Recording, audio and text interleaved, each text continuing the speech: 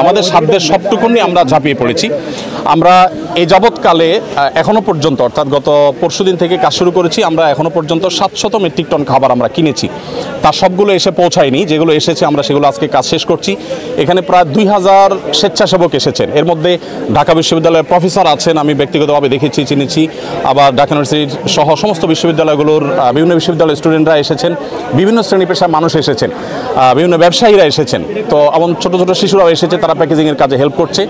আমাদের ইতিমধ্যে 5-7টি গাড়ি ইতিমধ্যে স্পটে পৌঁছে গেছে এবং মহিপালে বাংলাদেশ সেনাবাহিনীর যে ক্যাম্প, সেখানে আমরা আজকে সকালে 2 ট্রাক মালামাল হস্তান্তর করেছি, আর 3 ট্রাক গত রাতে চলে গেছে।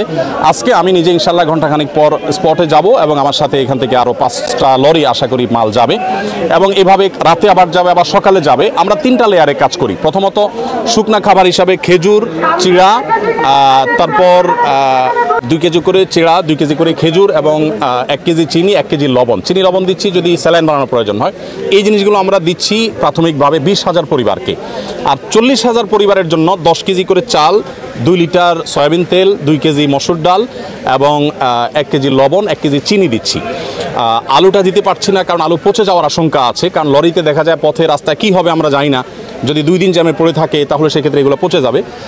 সেক্ষেত্রে আমরা হয়তো নগদ কিছু টাকা দিব যাতে করে তারা কিনে নিতে পারে। এটা হলো দ্বিতীয় লেয়ার, অর্থাৎ এখনও রান্না করার পরিস্থিতি নেই, আমরা শুকনা খাবার দিচ্ছি। খেজুর 4-5টা খেলে খাবারের কাজ হয়ে যায়।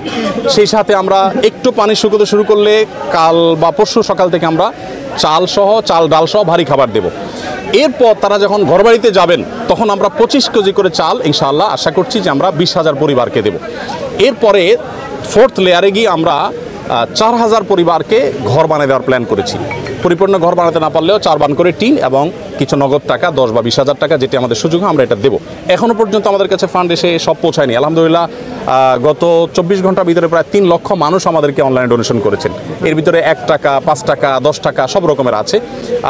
এই সর্বসাধারণের দানের টাকা আলহামদুলিল্লাহ কাজগুলো চলছে। আমরা সিলেটের বন্যা 22-এর বন্যায় প্রায় 18 কোটি টাকা আমরা খরচ করেছি এবং এর মধ্যে 1000 মেট্রিক টন খাবার ছিল, 1000 ঘর নির্মাণ করেছি, 1000 কৃষককে আমরা 5,000 করে টাকা দিয়েছি। তো আলহামদুলিল্লাহ এবার আমরা আশা করছি যে সেটা আরও ব্যাপকভাবে করব, কারণ বন্যা পরিস্থিতি অত্যন্ত ভয়াবহ। প্রতিনিয়ত আমাদের কাছে সাহায্যের জন্য মানুষ আসছে, রাত দিন আমাদের কর্মীরা কাজ করছেন, সর্বস্তরের মানুষ এখানে এসে কাজ করছেন। আমি আপনাদের মাধ্যমে উদাত্ত আহ্বান করতে চাই আমাদের দেশের সর্বস্তরের মানুষকে। আমাদের দেশে মানুষ একে অন্যের বিপদে ঝাঁপিয়ে পড়েন, এর পূর্বে আমরা বিভিন্ন সময় দেখেছি। এবারও আশা করি যে এই বন্যায় আমরা প্রত্যেকে যার যার সাধ্য অনুযায়ী আমাদের আশেপাশে থাকা আমাদের জানাশোনা মানুষগুলোর পাশে আমরা দাঁড়াবো এবং সবাই যদি সম্মিলিতভাবে আমরা প্রচেষ্টা করি, জাতীয় দুর্যোগ মোকাবেলা করার কোনো ব্যাপার না ইনশাআল্লাহ বিদিনিল্লাহ। 40 বা 50 লক্ষ মানুষ আক্রান্ত। আমরা একটু দেখি, মাশাআল্লাহ এখানে একটা প্যাকেজ রেডি হয়ে গেছে, সম্পূর্ণ একটা প্যাকেজ রেডি হয়ে গেছে। এখানে আমরা দেখতে পাচ্ছি 10 কেজি চাল, 2 লিটার তেল এবং একটা চিনি এবং একটা লবণ। একটা ফ্যামিলির জন্য কমপ্লিট রেডি হয়েছে। ডাল 2 কেজি ডাল, 2 কেজি মসুর ডাল রেডি হয়ে গেছে। তেলের স্তূপ, এখান থেকে 2 লিটার করে তেল প্রত্যেকটা প্যাকেজে ঢুকে যাচ্ছে ইনশাআল্লাহ। এদিকে তাকবীর দিচ্ছে, আমরা শুনতে পাচ্ছি, আমরা দেখতে পাচ্ছি এখানে শত শত হাজারো মানুষ এসছেন। যে মানুষ আসছেন তার 1/3 হয়তো আছে শেডের ভিতরে এখানে কাজ করছে, এখানে সিরিয়ালে কাজ আছে। আমাদের আরও 2টা শেডে কাজ চলছে। আজকে সকালে ফেনীতে আর্মিদের ক্যাম্পে যে মালগুলো পৌঁছে গেছে, ইতোমধ্যে অনেকটা হয়ে গেছে, অনেকটা আমাদের মাল আনলোড হয়ে গেছে। 2টা লরি মাল গেছে, সেখানে 2250 ml এর পানি, 7200 বোতল আর 50 গ্রামের গুঁড়ো দুধ, 7200 প্যাকেট। এগুলো বাচ্চাদের খাবার হিসাবে আমরা প্রস্তুত করেছি। মুড়ি আমাদের এখানে 500 গ্রামের মুড়ি, 6560 প্যাকেট। এগুলো 2টা গাড়িতে, 2টা লরিতে ফুল হয়ে চলে গেছে ফেনীতে। এবং মহিপালে যে আর্মিদের যে ত্রাণ কার্যক্রম পরিচালনা হচ্ছে বাংলাদেশ সেনাবাহিনীর, সেখানে আমরা এই মালগুলো আনলোড করেছি এবং সেখান থেকে রিমোট এরিয়াতে সেনাবাহিনীর চৌকস সদস্যদের সহযোগিতা সেগুলো আমরা পৌঁছে দিচ্ছি। এর বাইরে গত বুধবার রাতে আমাদের এখান থেকে 10 টন খেজুর, 10 টন চিড়া এবং 5 টন চিনি এবং 5 টন লবণ চলে গেছে। চিনি এবং লবণ দেওয়ার উদ্দেশ্য হলো যারা স্যালাইন বানাতে চান তারা এখান থেকে স্যালাইন বানিয়ে খেতে পারবেন এবং এর বাইরে কেউ চিড়া দিয়ে খেতে পারবেন। আবার সেই সাথে খেজুরটা আপনারা জানেন 5-6টা খেজুর আর 1 গ্লাস পানি খেলে একবেলা খাবারের কাজ হয়ে যায়, সেজন্য খেজুরটাকে আমরা খুব প্রায়োরিটি দিয়ে কাজ করছি।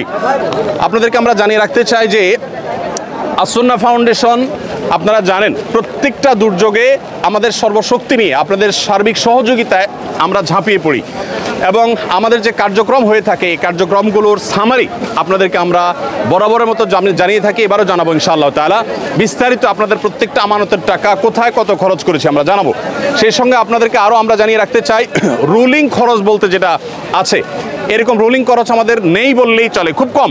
আমরা যেই পরিমাণ যে স্কেলে আমরা কাজ করি সেই স্কেলে আমরা রুলিং কস্ট যাতে না হয়, সেখানে আমরা বাকি 18-18.5 কোটি মানুষ যদি জেগে যাই ইনশাল্লাহ এটা আমাদের জন্য কোনো ব্যাপার না ইনশাল্লাহ।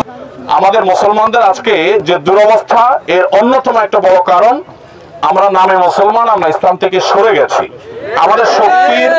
আমাদের শক্তির মূল জায়গাটা হলো আমরা আল্লাহর কাছ থেকে সাহায্য চাইবো, এটা হলো আমাদের শক্তির মূল জায়গাটা। এটাই আমরা হারিয়ে ফেলেছি। আমরা এখন শুধুমাত্র হাত পা দিয়ে আমরা হাতড়াই চেষ্টা করি, কিন্তু আসলে দিন শেষে আমরা কিছু করতে পারছি না। দেখুন, ফেনী, নোয়াখালী, লক্ষ্মীপুর এবং কুমিল্লা, এমনকি আপনার চিটাগাংয়ের ফটিকছড়ি এলাকাতে যে পরিমাণ কষ্টে মানুষ আছে, সারা রাত যে পরিমাণ মানুষের আর্তনাদ এসেছে, আমাদের কাছে যে সমস্ত ইনফরমেশন এসেছে সেগুলো গা শিউরে ওঠার মতো। এক একজন তার বাড়ির ভিটা রেখে একজনকে রাখতে গেছেন, এসে দেখেন ভিটা সহ পানিতে নিয়ে গেছে মানুষজন সহকারে। তো ক্ষয়ক্ষতির পরিমাণ এত ভয়াবহ যে 22-এর বন্যা যতটা ভয়াবহ ছিল সিলেটের বন্যা এটা তার চাইতে কোনো ক্রমে কম নয়। এই বন্যা শুধু এই ফেনী নোয়াখালী এলাকা নয়, সিলেট এলাকাতেও ইতিমধ্যে প্লাবন শুরু হয়ে গেছে এবং অনেক অঞ্চল ইতিমধ্যে প্লাবিত হয়ে গেছে। আমরা এখানে আনন্দ বা ফুর্তি করতে আসিনি, আমাদের বুক ভরা ব্যথা আছে ভাই। আপনারা যারা আসছেন আপনারাও কষ্ট করে এসছেন, নিশ্চয়ই আপনাদের সে ব্যথার জায়গা থেকে আপনারা এসছেন। অতএব আমরা চেষ্টা করব এই জায়গাতে যতক্ষণ থাকি আমরা আল্লাহর কাছে দোয়া করব মনে প্রাণে, আল্লাহ যেন তাদের কষ্ট লাঘব করে দেন। আর আমাদের প্রিয় দেশটাকে আল্লাহ তাআলা এতটা স্বাবলম্বী করে দেন যে কোনো বাঁধের পানি এটা যেন আমাদেরকে আর ডোবাতে না পারে। আমরা যেন বাঁধের পানি এটাকে মোকাবিলা করার জন্য তার চেয়ে বড় বাঁধ দেওয়ার শক্তি সামর্থ্য আল্লাহ যেন আমাদেরকে দান করে। আমাদের দেশের মানুষের প্রতি বছর এই কষ্ট আমাদের আর ভালো লাগে না। আমরা প্রতি বছর ত্রাণের প্যাকেট করতে চাই না, আমরা চাই যে এই পরিস্থিতির অবসান হোক।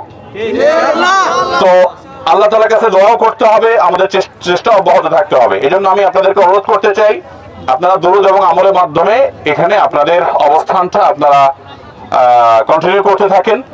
ইনশাআল্লাহ ওখানে যখন কাজের সুযোগ পাবেন তখন কাজ করবেন। অতএব আমি এখন যেহেতু আমাদের যারা ডোনেশন দিয়েছেন, ডোনাররা আছেন, তাদের উদ্দেশ্যে আমরা কিছু কথা বলবো।